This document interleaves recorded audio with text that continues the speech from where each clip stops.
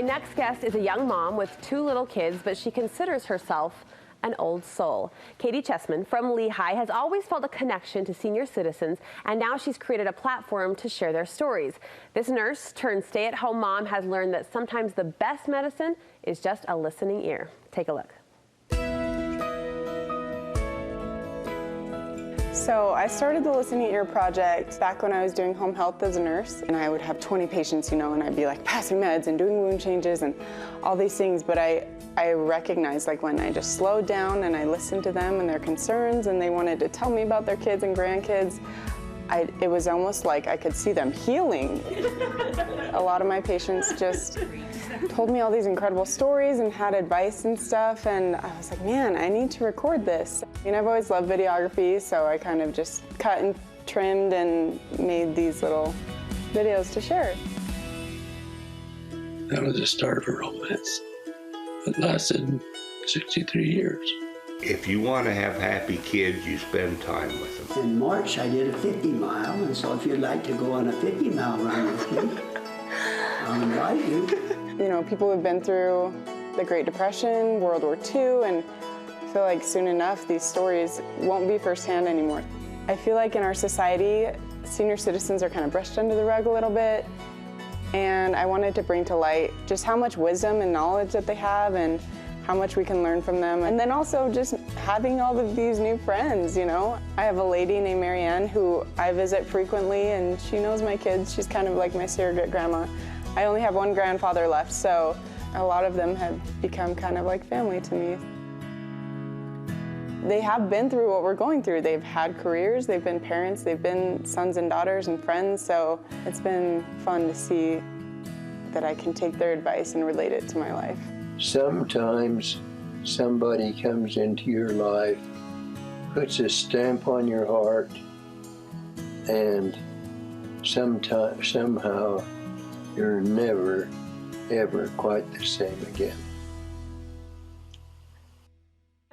Can't you feel the pure passion behind this project? So sweet. Inspiring stories and lessons about life that we all can learn from. Katie Cheesman is here to share a few of those lessons with us. We were kind of tearing up watching that. I know it's tender for you. You really do feel a friendship with these people that you put in front of your camera. Definitely, yeah.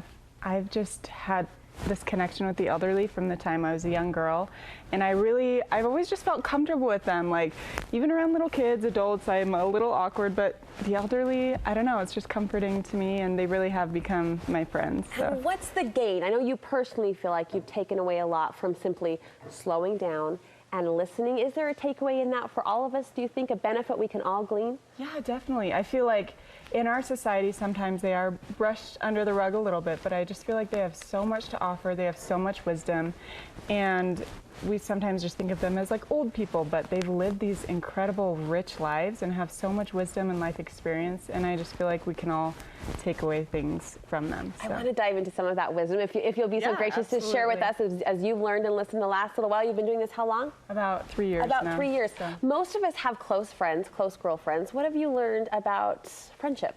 Friendship? Through these interviews. So, I met these 2 best friends, Cleo and Donna. They've been best friends for 80 years. Oh my goodness. They met when they were 5 years old and have stayed friends ever since. But I was at Donna's house working as a nurse, and Cleo barges in with a cheeseburger and a drink, and she's like, just has her back. Both of their husbands have passed away, and they have slumber parties. Like, I was just astounded that they have stayed friends over all of the years. And so they just taught me what it meant to be like a true, good, loyal friend. Sounds like we all need a friend like Cleo in our lives. Definitely. Cheeseburgers and all, right? Yes, exactly. Hard work is another value you say you've really picked up on as you listen to their stories and their lives. Yeah, definitely.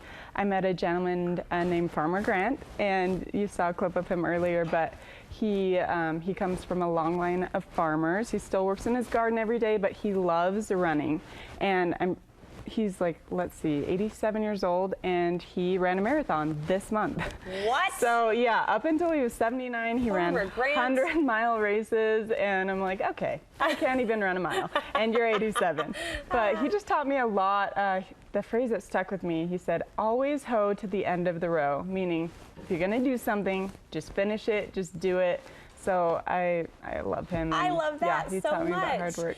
Do you Thanks. find as they open up, 'cause they get comfortable, I'm sure, and really start to get vulnerable and personal in their storytelling and story sharing, do you find, Katie, they express any regrets that you learn from?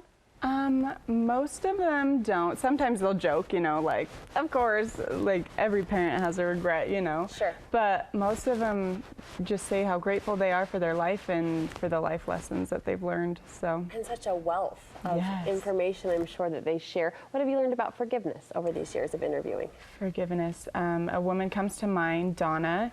She had a really rough childhood. Her father was an alcoholic. Her mother was absent a lot of the time. She remembers raising her siblings pretty much and not having food. She remembers stealing coal from the neighbors just to keep warm.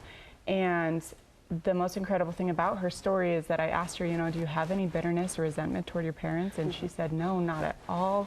They were just trying the best that they could. I love them and have no bitterness in my heart whatsoever. And I was like, wow, like if she can forgive them, I can forgive the guy that just flipped me off on a Right, you know? absolutely. Just gave me a whole new perspective on forgiveness. And What a beautiful woman, Yeah, inside and incredible. out. Perseverance made your list of life lessons learned. They've all demonstrated, these people you've interviewed have demonstrated true grit. Yes, almost all of them have had a difficult trial in their life, like lost someone, but I met a woman named Corrine, and she got in an accident when she was 23 and is paralyzed from the waist down.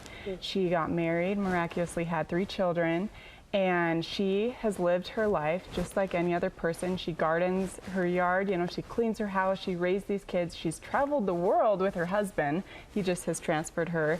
And she was just so positive, like she could have chosen, you know, that I got paralyzed, like I could be miserable, but she said, like, I'm gonna live this life and live it well, and she has. So There are so many amazing stories. We could talk, I know, Oh my for gosh, hours. so You many. have recorded hours and hours. Where can we hear more of your inspiring you interviews? can find me at the Listening Ear Project on Instagram and Facebook. We'll link you over from our website. I'm just cheering you on. I think it's a beautiful thing that you're Thank doing that we all you. can learn and benefit from. So thank you. We Thank you appreciate so it. much.